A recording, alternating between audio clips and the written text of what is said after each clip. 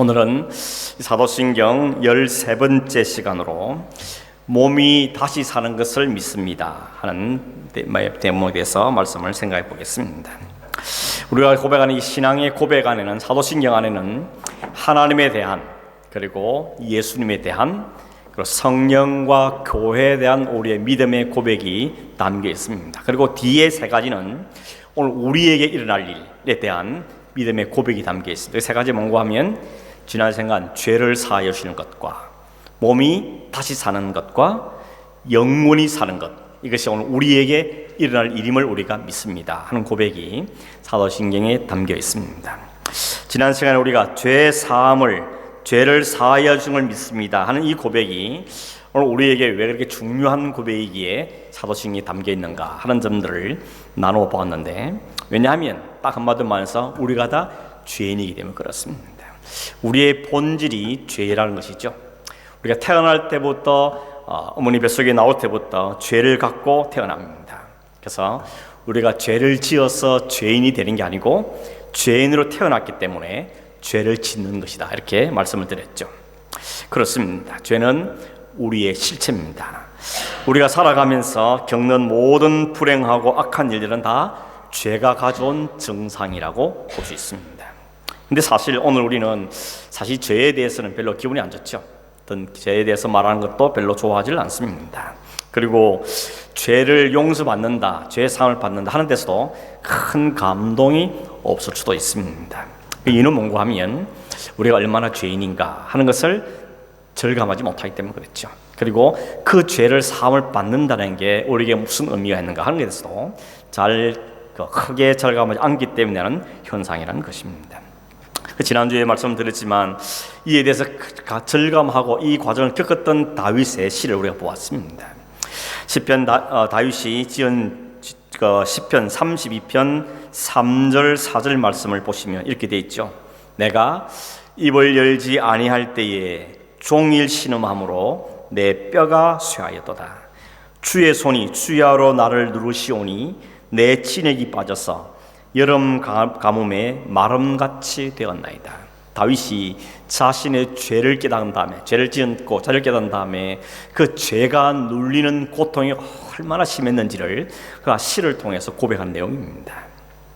죄가 주는 그 고백, 그로 인해 자신을 짓누르는 그 죄책감이 얼마나 심했던지 하루 종일 신음했다 그러죠. 하루 종일 그 죄에 눌려서 살았다 그럽니다. 뿐만 아니라 그 죄책감의 고통이 얼마나 큰지 마치 뼈가 마르는 것 같다고 이야기하고, 내 몸에는 모든 수액, 진액이 다 빠져나가는 것 같은 느낌이었다고 말하고, 여름 가뭄에 마른같이 되었다고 이야기한 것입니다. 죄가 주어지는, 죄로 인해 당하는 그 고통이 얼마나 심한지를 다윗이 몸소 체험하고 철감한 다음에 이 시를 썼던 것입니다. 그런데 시편 30편 5절에 넘어가면 자신의 죄를 자백하고 죄 사함을 입은 사실을 그가 이야기합니다. 내가 이르기를 내 허물을 여호와께 자복하리라 하고 주께 내 죄를 아뢰고 내 죄악을 숨기지 아니하였더니 곧 주께서 내 죄악을 사하셨나이다. 내가 주님 앞에 고백하고 아뢰었더니 하나님이 내 죄악을 사해 주셨다는 것을 이야기합니다. 그 죄 사함을 받은 기쁨과 감사가 얼마나 큰지를 그는 이야기하면서 이 30편 1절에 보면 허물의 사함을 받고 죄의 가려움을 받은 자가 진짜 복인 자입니다, 이렇게 고백합니다. 그 허물, 그 죄악이 자기를 너무 고통스럽게 했는데 그 그로부터 자유된 사람, 그에서 가려움을 받은 사람이 얼마나 복 있는 사람입니까? 라고 이야기하며 이 30편을 끝내면서 말하기를 여호와를 기뻐하고 즐거워하라 라고 노래하는 걸 보게 된 것입니다. 다시 말씀드리자면 오늘 현대인들의 삶 가운데 이 죄에 대한 심각성 혹은 죄에 대한 용서의 감격이 부족한 이유는 결국 우리가 죄가 무엇인지, 그 죄가 나에게 미치는 영향이 무엇인지, 그 죄로 인해서 당하는 그 고통들이 어떤 건지 우리가 절감하지 못하기 때문에 듣는 생각이라고 말할 수 있다는 것입니다. 그래서 여러분, 자신이 얼마나 죄인지를 깨닫고 또 그 죄를 용서하기 위해서 하나님께서 친히 아들을 땅에 보내시고 우리의 죄값을 치러내시되 그 아들을 믿는 우리 모든 죄를 사하시다는 그 사실이 우리에게 정말 다가올 때 우리에게는 죄로부터 자유하는 기쁨과 감격이 우리 안에 생겨지게 되는 것입니다. 과거에 예수를 믿기 전에 죄뿐, 또 현재 지고 있는 죄들, 앞으로 질 모든 죄에 대해서도 주님께서 그 죄의 대가를 다 치셨다는 사실을 깨닫게 될 때 우리는 감사와 감격과 또 찬송이 우리 안에 가득한 삶을 살아가게 된다는 것입니다. 그러므로 우리가 죄를 사하여 주신 것을 믿습니다. 이것은 우리의 굉장히 소중한 고백인 것입니다. 이어서 우리가 살펴보려고 하는 오늘의 이 고백, 몸이 다시 사는 것을 믿습니다. 이 고백도 우리의 굉장한 의미가 있습니다. 여러분, 몸이 다시 산다는 것, 죽었는데 다시 사는가 보다, 단순히 이런 정도가 아니고 이 신앙의 고백에서 담겨있는 중요한 의미가 있는 것입니다. 성경에 보면 죽었다가 살아난 사람들 이야기가 간혹 있죠. 구약에 보면 엘리야가 사르밧 과부의 아들을 살리는 이야기도 있고, 그 엘리야의 제자였던 엘리사는 수넴 여자의 아들을 살리는 이야기도 나옵니다. 신약성경에 보면 예수님께서 여러 명 살리죠. 나인성 과부의 아들을 살리기도 하고, 그리고 회당장 야열의 딸을 살리기도 하고, 심지어는 죽은 지 나흘이나 된 나사로를 무덤에서 불러내어서 살린 일도 나옵니다. 예수님뿐만 아니고 베드로도 사람을 살렸죠. 욥바에서 죽었던 다비다를 다시 살려냈고, 사도 바울도 설교를 듣던 중에 창틀에 앉아서 설교 듣다가 졸다가 떨어진 유두고를 살려낸 일이 기록되어 있습니다. 그런데 여러분, 이들이 다시 살아나겠지만 그 이후에 다시 죽죠. 영원히 살지를 못합니다. 그래서 여러분 구글이나 네이버 창에다 아무리 검색을 해봐도 이 사람들 안 살아 있습니다. 못 찾습니다. 다시 죽었다는 것이죠. 그러므로 오늘 우리가 사도신경에서 고백할 때 몸이 다시 삽니다, 이 고백은 이들 같은 다시 사는 게 아니라는 겁니다. 이들이 사는 것은 부활이라 그러지 않고 다시 살아났다, 그래서 소생이다 혹은 회생이다 이렇게 표현합니다. 다시 살아났다. 그러나 다시 살았지만 그건 죽었다는 것입니다. 그러나 여기 말한 몸이 다시 산다는 것은 다시는 안 죽는 것을 이야기하는 것입니다. 다시 살되 그 일은 죽음이 없는 것, 그래서 완전한 상태에 들어간 것이 바로 여기 몸이 다시 산다 하는 말이 담고 있는 의미라는 것입니다. 그래서 다시 말하면 이 몸이 다스를 믿음의 말은 우리가 완전히 구원을 받게, 구원에 완성되는 것을 믿습니다, 이런 말을 담고 있다고 볼 수 있습니다. 흔히 우리가 성경에 보면 구원에 대해서 세 가지 시제를 사용하죠. 과거로서도 하고 현재로 쓰기도 하고 미래도 씁니다. 구원을 얻었다, 구원을 이룬다, 구원 받을 거다, 이렇게 세 가지 시제를 사용을 볼 수 있습니다. 헷갈릴 수 있는데 그 부분을 먼저 조금 정리를 하는 게 필요하겠습니다. 먼저는 우리가 구원을 받았다, 과거형으로 쓴다는 그 의미가 뭔가 하는 것입니다. 우리가 예수 그리스도 나의 구주로 혹은 하나님 아들로 나의 구원자로 믿음으로 받아들일 때 우리에게 구원의 역사가 일어나는 것입니다. 죄로부터 사함을 받고 하나님의 자녀로 새롭게 거듭나는 일들이 우리에 일어나는 것입니다. 요한복음 5장 24절에 보면 예수님께서 제자들에게 이렇게 말씀하십니다. 내가 진실로 너에게 이르노니 내 말을 믿고 나 보내신 이를 믿는 자는 영생을 얻었고 심판에 이르지 않으니 사망에서 생명으로 옮겼느니라 라고 말합니다. 예수님의 말씀을 듣고 믿는 자는 영생을 얻을 거다가 아니고 얻었다고 선언하고 있습니다. 예수를 믿고 영접한 그 순간 우리에게 이런 변화가 생겼다는 것입니다. 영생이 주어졌다는 것이요, 사망에서 생명으로 옮기는 역사가 일어났다는 것이, 이것은 예수 믿는 사람에게 일어난 과거의 일인 것이죠. 그래서 구원을 받았습니다, 구원을 얻었다는 표현을 과거형으로 사용하고 있습니다. 요한복음 1장 12절을 보면 영접하는 자 곧 그 이름을 믿는 자에게는 하나님의 자녀가 되는 권세가 주어질 것이다 아니고 주어졌다고 말씀하고 있죠. 에베소 2장 8절 9절에도 너희가 그 은혜를 인하여 믿음으로 말미암아 구원을 얻었나니, 과거형이죠. 얻었나니 그것은 너에게 난 것이 아니고 하나님의 선물이라고 말씀합니다. 정리하면 우리가 예수를 나의 구주로 하나님의 아들로 나의 믿음을 온전히 고백하고 그분을 믿음으로 받아들였을 때 우리 안은 구원의 역사가 일어난다는 것이, 이게 신분의 변화입니다. 이제는 죄의 장이 아니라, 죄의 노예가 아니라 하나님의 아들, 하나님의 자녀로 바뀌는 역사가 일어나는 것입니다. 이제는 더 이상 우리를 죄인이라 부르지 않고 의인으로 불러주시는 것이죠. 이걸 신학적인 용어로는 칭의라 그러죠. 칭의, justification이라고 부르는 것입니다. 예수님께서 십자가에 달리셨을 때 예수님 한쪽에 강도가, 양쪽 강도가 달렸죠. 한쪽 강도는 예수님 보고 그럽니다. 당신이 하나님의 아들이면 내려오라고, 그리고 우리도 내려가게 해달라고, 그래서 당신이 진짜 하나님의 아들임을 보여달라고 비웃었습니다. 한편인 사람은 무슨 소리냐, 우리는 마땅히 사형받을 만 있어서 지금 사형을 받는 거지만 저분은 죄가 없으신 분이 아니냐. 그러고는 예수님을 향해서 말씀하기를, 예수여, 당신의 나라에 임하실 때 나를 기억해 주십시오. 당신의 나라가 임할 그때 나를 좀 기억해 주십시오 라고 이야기했습니다. 근데 예수님 뭐라 그럽니까? 그때 말고 오늘 네가 나와 함께 낙원에 있게 될 것이라고 말합니다.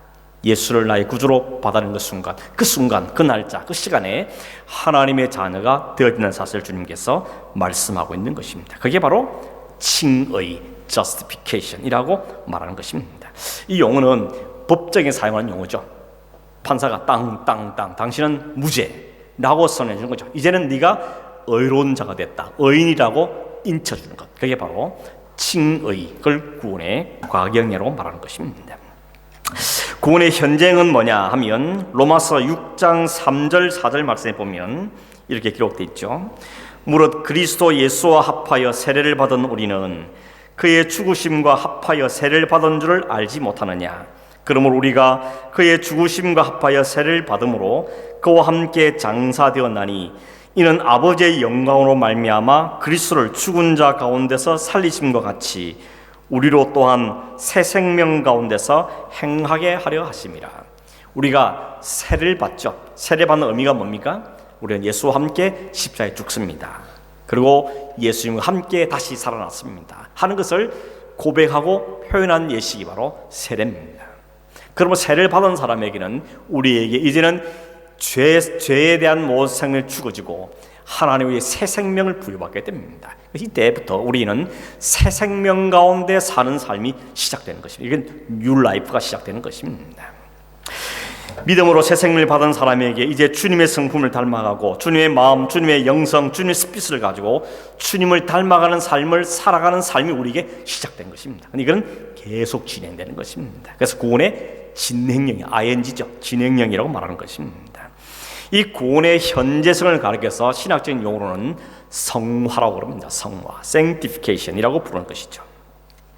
빌립보 2장 12절에 보면 바울이 빌립보 성도들에게 편지를 보내면서 이렇게 말합니다. 그러므로 나의 사랑하는 자들아, 너희가 나 있을 때뿐 아니라 더욱 지금 나 없을 때에도 항상 복종하여 두렵고 떨림으로 너희 구원을 이루라. 구원을 이루라고 말합니다. 이 편지를 받는 사람은 빌립보 성도입니다. 빌립보 성도는 이미 구원받은 사람들이죠. 그래서 바울이 편지할 때 나의 사랑하는 자들아 라고 말합니다. 근데 너희 구원을 이루라고 말합니다. 구원을 얻었는데 다시 구원을 이루라고 말합니다. 여기 구원을 이루라는 구원이 바로 성화를 이야기하는 것이죠. 성화, 그리스도를 닮아가는 삶을 지속적으로 살아가라고 당부하고 있는 것입니다. 이 거룩한 성화의 삶을 살게 하는 방법으로 주어진 것이 바로 하나님 말씀입니다. 기도입니다. 말씀과 기도를 통해서 하나님을 알고 배우고 알아가고 교제하고 점점 하나 주님을 닮아가는 삶을 살아가게 되는 것이죠. 거기에 성령께서 함께 하시는 겁니다.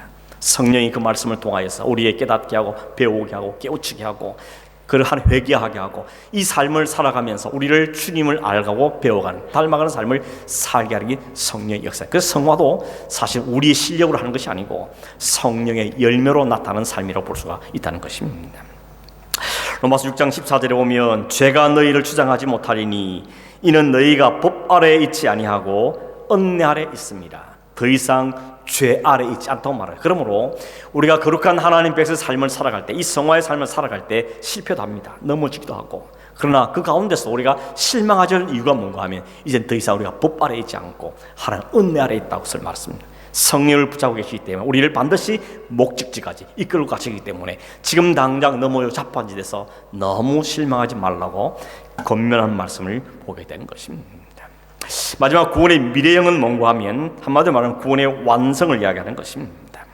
참고로 로마서 8장 30절에 보면 사도 바울이 우리에게 일어난 그 구원의 과정 혹은 구원의 단계에 대해서 설명하는 구절이 나옵니다. 로마서 8장 30절에 보면 또 미리 정하신 그들을 또한 부르시고 부르신 그들을 또한 의롭다 하시고 의롭다 하신 그들을 또한 영화롭게 하셨느니라. 여기 중요한 단어가 다 등장합니다. 미리 아시고 미리 정해두시고, 이걸 우리는 예정이라 그러죠. 미리 정하시고, 때가 되면 하나님이 콜링 부르시고 초대하시고, 그리고 그 부르신 자들을 의롭다고 칭해주시고, 칭의죠. 그렇게 부른 자들을 영화로운 상태까지 자라가게 하는 것 성호하고, 마지막 골은 영화로운 상태로 우리를 이끌어간다는 것이에요. 그게 우리 구원의 과정이라고 말하는 것입니다. 마지막 목적지가 어디입니까? 영화로운 상태. 이 영화로운 상태가 어떤 상태인가 하면 몸이 다시 산 상태를 말합니다. 구원의 완성된 상태를 영화로운 상태라는 것입니다. 그 영화로운 상태가 바로 주님의 모습인 것이죠. 이게 바로 구원의 시제라고 말할 수 있습니다. 여러분이 헷갈리지 않기를 바라고, 사실 오늘 본문을 정한 성경 구절은 로마서 8장 18절에서 25절을 우리가 읽었는데, 이 말씀 조금 더 좀 살펴보도록 하겠습니다. 여러분 로마서 8장, 오늘 읽어볼 8장 18절을 먼저 한번 보시죠. 18절에 보시면 이렇게 돼 있죠. 생각하건대 현재 고난은 장차 우리에게 나타날 영광과 비교할 수 없다. 여기 고난과 영광이라는 단어가 나옵니다. 지금 우리는 고난 가운데 있다는 것입니다. 예수를 믿어도 우리 안에 고통과 고난이 있어 오히려 예수를 믿었기 때문에 오히려 죄악된 세상에 사는 고통을 더 겪습니다. 그런데 이 지금 우리가 당하는 이 고통과 고난이 장차 얻게 될 영광과 한번 비교해봐라. 그러면 비교가 안 됐다는 것입니다. 지금 당하는 고통이 마치 죽을 것 같지만 우리가 장차 얻게 될 영광과 비교하면 아무것도 아니라는 것을 이야기하고 있는 것입니다. 그런 다음에 19절에 보면 피조물들이 고대하는 바는 하나님의 아들들이 나타난 것이니, 이런 말이 있죠. 이 말이 무슨 뜻인가 하면, 여기 피조물이라는 것은 우리 인간을 제외한 모든 세상에 창조된 세계를 이야기하는 것이죠. 동물, 식물 모든 걸 이야기합니다. 그런데 이 피조물들이 고대한답니다. 기다립니다. 뭘 기다립니까? 하나님의 아들들이 나타나길 기다린다고 말합니다. 이게 무슨 소린가 하면, 왜 그들이 기다리는가 하는 이유는 21절에 나와 있죠. 21절 보시면 그 바라는 것은 피조물도 썩어짐의 종로로 산 데서 해방되어 하나님의 자녀들의 영광의 자유에 이르는 것이다. 피조물들이 하나님의 아들들이 나타날 기다렸는데, 왜냐하면 그 하나님의 아들 누릴 그 영광에 피조물들도 참여하고 싶다는 것입니다. 의인화한 것이죠. 그래서 기다린다는 겁니다. 이걸 조금 더 설명드리면 이런 거죠. 우리가 이미 아는 것처럼 아담과 하와가 하나님 앞에서 죄를 짓습니다. 그러므로 죄를 지은 결과가 무엇입니까? 에덴 동산에서 쫓겨나죠. 그리고 이게 저주가 임합니다. 어떤 저주가 임하죠? 수고하고 땀을 흘려야 되고, 그리고 반드시 흙으로 돌아가야 될 것이다. 죽음, 사망이 선포됩니다. 근데 그 인간에게만 죽음과 사망이 선포된 것이 아니라 모든 자연 만물 세계에도 그 죄의 영향이 미치기 시작합니다. 인간의 타락으로 피조물 세계에도 질병과 죽음과 썩어짐과 이런 사망이 그 온 세계에 이루어진다는 것입니다. 근데 그 상태를 가리켜서 성경은 썩어짐의 종로로 타는 것을 지금 표현하고 있는 것입니다. 썩는 게 뭡니까? 죽는 것이죠. 없어지는 것. 그걸 이야기하는 것입니다. 만물의 영장인 인간이 죄를 지어서 타락함으로 사망의 종로를 하게 된 것처럼 다른 피조물도 역시 악의 지배를 받아서 썩어지는 죽음의 종로로 타는 상태가 되었다는 것입니다. 온 세계가 무질서와 파괴가 됐다는 것입니다. 그런데 그런 인간이 썩어질 것에 해방되어서 하나님의 아들의 지위를 회복하게 될 것인데, 그 날이 회복되어지면 전 세계 이 모든 피조물도 본래의 질서를 회복하게 되고 각기 영광된 위치를 회복하게 될 거라는 겁니다. 그리고 그때가 될 때까지, 그 날에 올 때까지는 어떻게 한다 그러죠? 탄식할 거라 얘기합니다. 22절에 보면 피조물이 다 이제까지 함께 탄식하며 함께 고통을 겪고 있는 것을 우리가 아느니라 라고 말합니다. 정리하면 있죠. 인간의 범죄는 인간의 저주로 끝난 것이 아니라 온 창조 질서가 무너지고 피조물 세계도 저주와 사망이 임했다는 것입니다. 그래서 회복되는 길은 이들이 다시 하나님의 아들로 하나님의 자녀로 회복되는 것인데, 그렇게 회복될 때 인간들만 회복되는 것이 아니라 온 세계가 회복될 것을 이야기하는, 그래서 피조물들이 그 날을 기다리고 있다고, 그때까지 속히 이루어지기를 탄식하면서 기다리고 있다고 설명하고 있는 것입니다. 이 일의 이름은 그리스도인 예외가 아니라는 겁니다. 그리스도인이라 할지라도 이런 어려움이 비껴가지 않는다는 것입니다. 사고를 당하면 불구를 당하기도 하고, 나이가 들면 연약해지고 뼈가 삭고 근육도 힘이 빠지죠. 그래서 운동도 필요한 것입니다. 원래 우리가 점점 나이가 들면서 운동이 더 절실해지지 않습니까? 저도 옛날에는 그랬습니다. 운동을 하려면 저 운동장에 가서 축구를 하든지 이렇게 뛰어다니면서 운동을 해야지, 무슨 짐 그 조그만 방에 들어가지고 운동을 하냐고, 아령 들고 이러는데 그게 무슨 운동이 되겠냐고 늘 이렇게 생각했던 사람이었습니다. 근데 그런 유산소 운동도 필요하지만 나이가 점점 들어가면 근육 힘이 빠지기 때문에 이 근육 운동을 해줘야 된다 그러죠. 근육을 길러줘야 된다는 것입니다. 이제 축구 같은 건 못합니다. 이제 힘이 들어서 못합니다. 테니스도 점점 힘들어가고 있습니다. 우리 교회 시작하면서 집사님들과 같이 테니스 시작했는데 우리 완전 부상병동이지. 집사님들이 다 엘보가 오고 뭐 무릎이 안 좋고 뭐 다 이게 몸이 안 좋으니까 다 나이가 들어간다는 표시인 것이죠. 몸은 나이를 못 속이는 것입니다. 점점 약해지고 이것저것 문제가 생기고, 전에는 건강만큼 자신 있다고 생각했는데 이제는 그 말 못합니다. 이제 말하기가 부끄러워지는 일들을 경험하게 되는 것이죠. 그래서 이제 우리 모두가 뭘 기다린다 그러죠?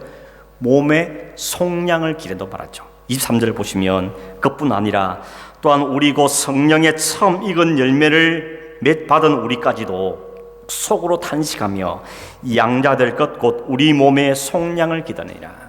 속으로 탄식하면서 이 몸이 리뎀션, 구속될 것, 속량될 것을 기다린다고 말씀하고 있는 것입니다. 여러분, 비록 성도들이 성령의 역사를 구원을 받았지만 이 세상에 사는 동안에는 여전히 죄의 정상들의 영향을 받아서 몸이 늙고 몸이 병들고 이 과정을 겪으면서 자연이나 인간이나 죽음의 과정들을 겪어가면서 탄식한다는 것입니다. 내 몸이 왜 이렇게 됐을까? 왜 이렇게 힘들었을까? 왜 이렇게 망가졌을까? 점점 자기 몸이 약해짐을 보면서 이 몸이 다시 회복될 날을, 속량될 날을 기다리고 있다는 것입니다. 왜 기다리는가 하면 성경이 약속이기 때문에 그렇습니다. 너희에게 반드시 몸이 완성될 그날이 있을 것이라고 성경이 우리에게 말씀하고 있는 것입니다. 그래서 몸이 다시 사는 날, 몸이 완전히 회복되는 날, 완전한 상태로 들어간 그날이 있을 것이라고 말하는, 그날을 기다리는 것이 바로 우리의 소망이 되어지는 것입니다. 그날이 되면 더 이상 불완전하지 않은 완전한 새 몸, 완전한 새로운 세계가 우리에게 주어질 성경이 말씀하고 있는 것입니다. 이미 과거의 구원 받았고 현재의 구원을 이루어가는 우리들에게 장차 완성될 구원을 기다리라. 그 약속을 붙잡으라고 성경 우리에게 말씀하고 있습니다. 빌립보 3장 20절 21절에 보면 이런 말씀이 있습니다. 그러나 우리의 시민권은 하늘에 있는지라 거기로부터 구원하는 자 곧 주 예수 그리스도를 기다리노니 그는 만물을 자기에게 복종하게 할 수 있는 자의 역사로 우리의 낮은 몸을 자기 영광의 몸의 형제와 같이 변하게 하시리라. 바울의 고백인데, 우리의 시민권이 하늘에 있다면 무슨 말입니까?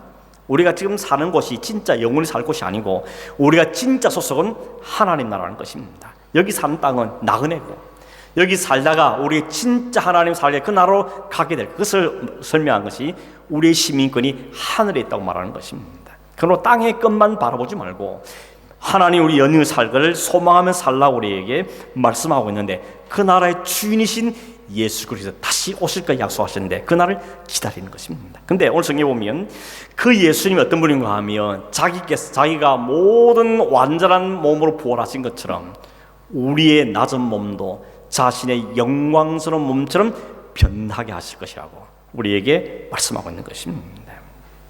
그분의 몸의 부활은 다시는 아픔이 없고 결핍이 없는 장애가 없는 몸이죠.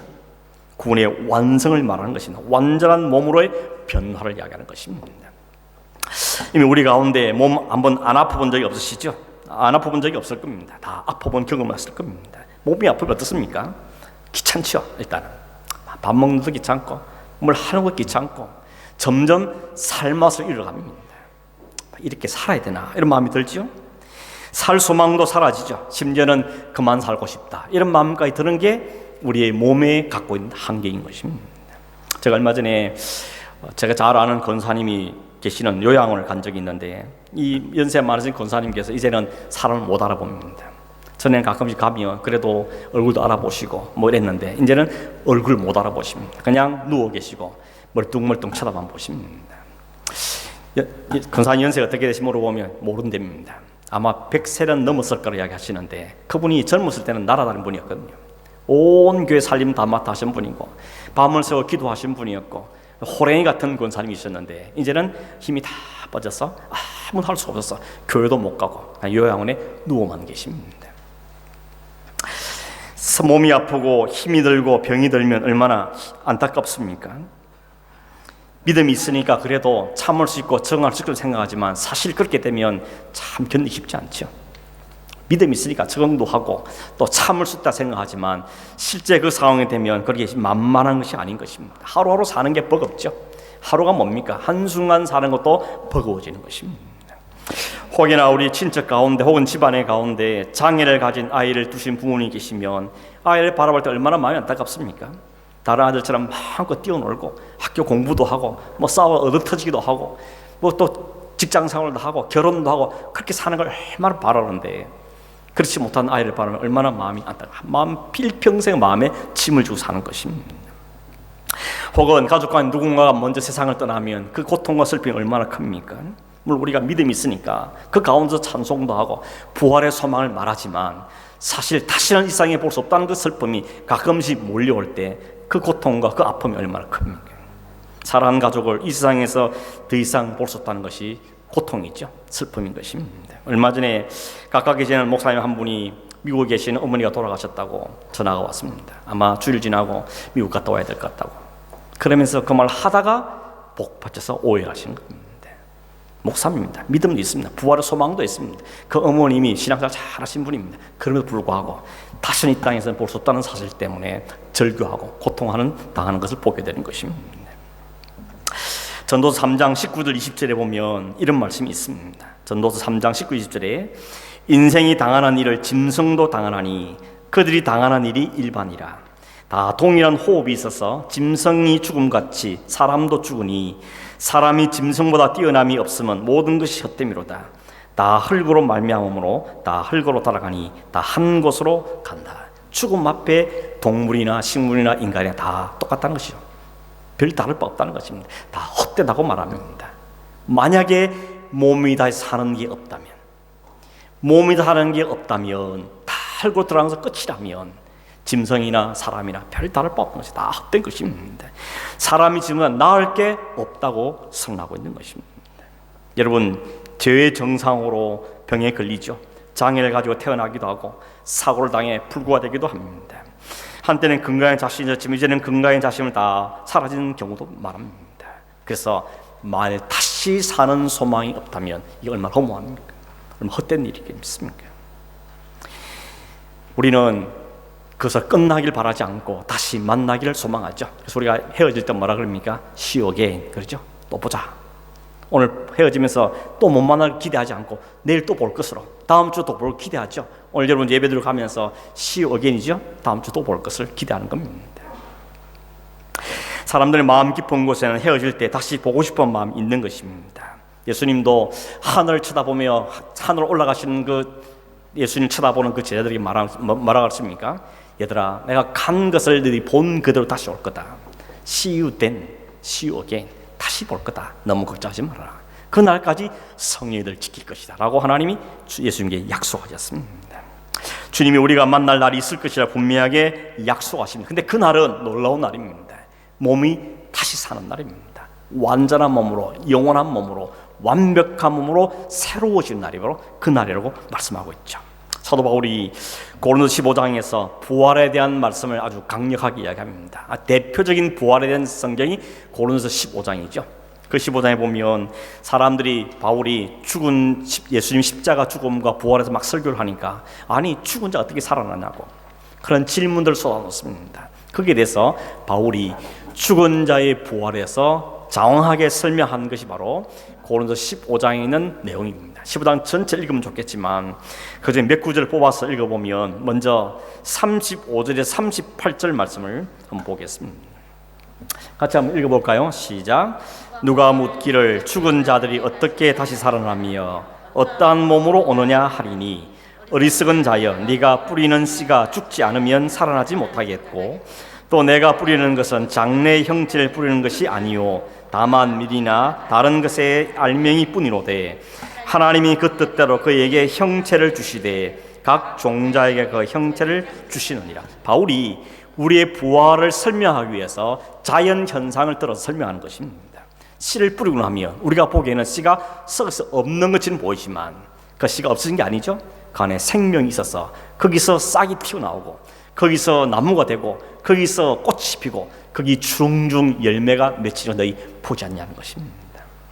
그게 바로 부활의 모습인 것이죠. 그래서 42절 44절에 이렇게 말하죠. 같이 봅시다. 죽은 자의 부활도 그와 같으니 썩을 것으로 심고 썩지 아니할 것으로 다시 살아나며 욕된 것으로 심고 영광스러운 것으로 다시 살아나며 약한 것으로 심고 강한 것으로 다시 살아나며 육의 몸으로 심고 신령한 몸으로 다시 살아나니 육의 몸이 있은즉 또 영의 몸도 있느니라. 인간은 비록 죽지만 그 죽음이 끝이 아니라는 것입니다. 새롭고 영화롭고 완전히 다른 모습으로 부활하게 될 것이라는 거죠. 여러분 씨를 보면서 그 씨를 보면 뭘 기대하십니까? 씨는 씨일 뿐이죠. 그런데 그 씨를 통하여서 생각지도 못하는 그 형체, 그 아름다운 영광의 그 형체가 하나님이 주어진 것처럼 우리의 몸이 어떻게 된다 그러죠? 썩을 것이 썩지 않을 것으로, 욕된 것이 영광스러운 것으로, 약한 것이 강한 것으로 육의 몸이 아니라 영원한 완전한 영의 몸으로 부활하게 될 것을 우리에게 말씀하는 겁니다. 지금의 몸, 지금의 이 상태와는 비교가 안 되는 놀라운 부활을 우리에게 말씀하고 있죠. 사실 씨 하나만 봐도 신비롭지 않습니까? 씨를 심었는데 그 씨 속에 거기서 땅을 뚫고 올라와서 그 생명이 얼마나 강력한지, 거기에 아름다운 꽃이 피고 화려한 열매를 맺혀보면서 참 감탄하죠. 신비입니다. 그 신비의 세계 같은 자연 다큐멘터리 보면 이 자연 세계가 얼마나 놀랍고 황홀한지 모르죠. 그런데 믿는 자의 부활은 그것과 비교가 되지 않는다는 것입니다. 이런 자연 세계와 비교가 안 될 만큼 화려하고 영광스러운 것이 바로 우리에게 약속된 보장된 부활이라는 것입니다. 제가 어릴 때 시골에 살면서 이게 뭐죠 이거? 구더기가 기어가다가 그게 고치가 되고 거기서 나비가 튀어나온 걸 보면서 기겁을 한 적이 있습니다. 와, 이게 어떤 일이 벌어지냐. 이 진짜 시크릿 신비입니다. 놀라운 세계였습니다. 근데 여러분 생각해 보십시오. 하나님 인간은 만물의 영향으로 만드셨는데 이 만물의 부활의 영광이 얼마나 영광스럽겠습니까?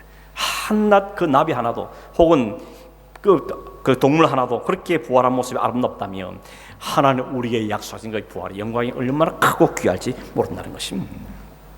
그래서 51절 54절에 보면 이렇게 말합니다. 보라 내가 너희에게 비밀을 말하노니 우리가 다 잠잘 것이 아니요 마지막 나팔의 순식간에 홀연히 다 변화되리니 나팔 소리가 나매 죽은 자들이 썩지 아니할 것 다시 살아나고 우리도 변화되리라. 이 썩을 것이 반드시 썩지 아니할 것을 입겠고 이 죽을 것이 죽지 않음을 입으리로다. 이게 비밀이라 그러죠. 믿는 사람, 믿지 않는 사람 이해하지 못하기 때문에 이건 비밀입니다. 그러나 우리에게는 소망인 것이죠. 우리에게는 소망이 되는 것입니다. 지금 우리의 몸 다 썩을 몸들인 것입니다. 연약한 몸입니다. 죽을 몸입니다. 지금 우리 몸만 보면 참 날마다 실망스럽지 않습니까? 점점점 후퇴해가는 우리 모습 보면 실망스러이 그지없습니다. 오늘 우리의 인생이라는 것도 생각하면 얼마나 탄식과 한숨이 나올 수밖에 없는 연약하고 부족한 존재들입니다. 감기 한번 걸려도 이제는 그냥 맥을 못 추고 한 일주일 고생하는 우리죠. 육신이 설사 건강한다 할지라도 우리의 정신과 우리의 영점이 얼마나 연약합니까? 특히 죄 문제 어떻습니까? 좀 이제 죄 조금만 그만 지고 살고 싶은데 이 몸이 협조를 안 해줍니다. 이 생각이 협조를 안 해줍니다. 좀 거룩하게 살고 정직하게 살고 싶고 좀 보람있게 살고 싶은데 이 후퇴하는 몸이 협조를 안 해주고 늘 제가 또 뒹굴게 만들고 또 뒹굴게 만들고 벗어나지를 못하게 만들어서 제 소망을 잃어버리게 만드는 것이 정말 지긋지긋한 느낌을 갖는 것이 우리의 죄의 상태인 것입니다. 이게 끝이라면 정말 희망 없습니다. 정말 헛될 뿐인 것입니다. 그런데 성경은 우리에게 분명하게 말씀하고 있는 것입니다. 몸이 다시 사는 날이 올 거라는 것입니다. 그 몸이 다시 사는 날은 영원한 날, 영원한 소망을 우리에게 주는 것입니다. 아파서 빌빌거리는 내 모습이 아니라 완벽한 모습 우리에게 주어질 날이 있다고 성경 우리에게 약속하고 있는 것입니다. 그 샘플로 뭘 보여줍니까? 예수님의 부활을 보여주신 것입니다. 그래서 부활은 예수님은 부활의 첫 번째 열매라 그러죠. 첫 열매, 첫 열매란 말은 두 번째, 세 번째가 줄줄 따라 나온다는 것이죠. 그걸 샘플을 우리에게 보여주는, 이 영광, 이 모습으로 변화되겠구나 하는 걸 우리에게 보여주시는 것입니다. 그 몸은 적어도 어떤 몸입니까? 완전한 몸이시죠. 주님이 부활한 그 모습은 시간과 공간의 제한이 없는 완전한 몸이 있습니다. 보이기는 보이는데 그 몸은 영원한 몸이었다는 것입니다. 근데 그 모습으로 우리를 다시 살리겠다고 성경은 우리에게 말씀하고 있는 것입니다. 그게 우리의 소망인 것이죠. 그래서 우리 가운데 혹은 우리 가족 가운데 혹은 친척 가운데 병들고 나약하고 장애를 입고, 그래서 정말 인간을 볼 때는 너무 마음이 탄식이 나고 안타깝지만, 그러나 주님이 우리의 준비하신 그 날이 있다는 것 때문에 그 날이 되면 우리 모두가 미남미녀로 완벽한 몸으로 살게 될 것을 기대하는 마음이기 때문에 오늘 견딜 수 있는 것이죠. 오늘 참을 수 있는 것입니다. 그 소망 때문에 오늘 살아가는 것입니다. 비록 내 몸이 승하지 못하고 힘들고 어렵지만 주님이 우리에게 다시 사는 그날에는 영광스러운 몸으로, 주님 같은 몸으로 살게 될 것을 기대하는 마음 때문에 이 한계를 통해서 그 주님을 붙잡고 소망 가운데 살아가는 것이 바로 우리의 신앙의 삶인 것입니다. 여러분, 사람이 예쁘고 싶은 욕망은 다 있죠. 그래서 성경수술 하는 이유도 그거 아니겠습니까? 성경수술 하는 아니 할 필요가 없습니다. 예뻐지는 거예요. 그건 욕망에는 잘못된 게 아닌 것입니다. 그런데 한계가 있죠. 얼마나 더 예뻐질 수 있겠습니까? 얼마나 더 고치면 예뻐질 수 있겠습니까? 그러나 더 이상 손댈 필요가 없는 완벽한 완전한 모습으로 주님께 우리를 변화시킬 날이 있다고 우리에게 말씀하고 있는 것입니다. 지금 보이지 않지만, 보이지 않는 걸 보이는 게 소망이 아니라 보이지 않는 것을, 보지 못하는 것을 붙잡는 게 소망으로 말씀하고 있는 것이죠. 그 소망을 잊지 말라고 성령 주님은 우리에게 말씀하고 있는 것입니다. 우리가 나는 몸이 다시 사는 걸 믿습니다, 이 고백을 할 때마다 우리는 단순히 몸이 다시 사는구나 정도가 아니라 우리가 완전해지는구나, 주님같이 완벽하게 되는구나, 완전한 세상에 들어가는구나, 이 소망이 이 안에 약속되어 있는 것입니다. 그래서 우리 이 고백을 할 때마다 주님 맞습니다, 몸이 다시 살 줄로 믿습니다. 주님같이 영원하고 완벽하고 완전한 몸으로 부활하여서 주님과 함께 영원히 살게 될 믿습니다. 그걸 내가 소망함으로 오늘 살겠습니다. 이 고백 속에 담겨있는 내용인 것입니다.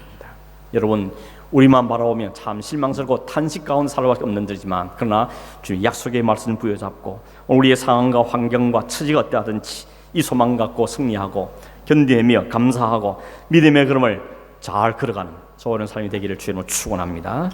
기도하겠습니다. 고마우신 하나님 아버지, 나만 바라보면, 우리만 바라볼 때, 이 인간의 모습만 바라볼 때는 실망밖에 없고 탄식밖에 없고 소망이 없고 헛끝인 인생이지만, 우리에게 예수 그리스도의 생명을 통하여서 새 생명을 약속하셨고 그 완전하고 완벽한 삶을 우리에게 약속해 주신 것을 감사하며, 그 삶을 맛보기 위해서 오늘 우리에게 구원을 주셨고 주 안에 사는 믿음의 삶을 살면서 그 삶을 경험하게 하신 하나님께 감사함을 드립니다. 하나님, 우리가 소망을 잃지 않도록 도와주시옵시고 믿음을 잃지 않도록 도우시며, 하나님께 허락하실 그날을 소망하면서 주어진 삶을 잘 감당하는 삶을 살고 이 믿음의 걸음을 잘 걸어가는 저희 되게 하여 주시기를 원합니다. 눈에 보이지 않고 내가 피부로 느끼지 않더라도 하나님 말씀의 약속을 부여잡고 이 믿음의 걸음을 걸어가는 온 승리될 수 있도록 주님 역사하여 주시옵소서. 그와 같은 예수님의 이름으로 기도하옵나이다. 아멘.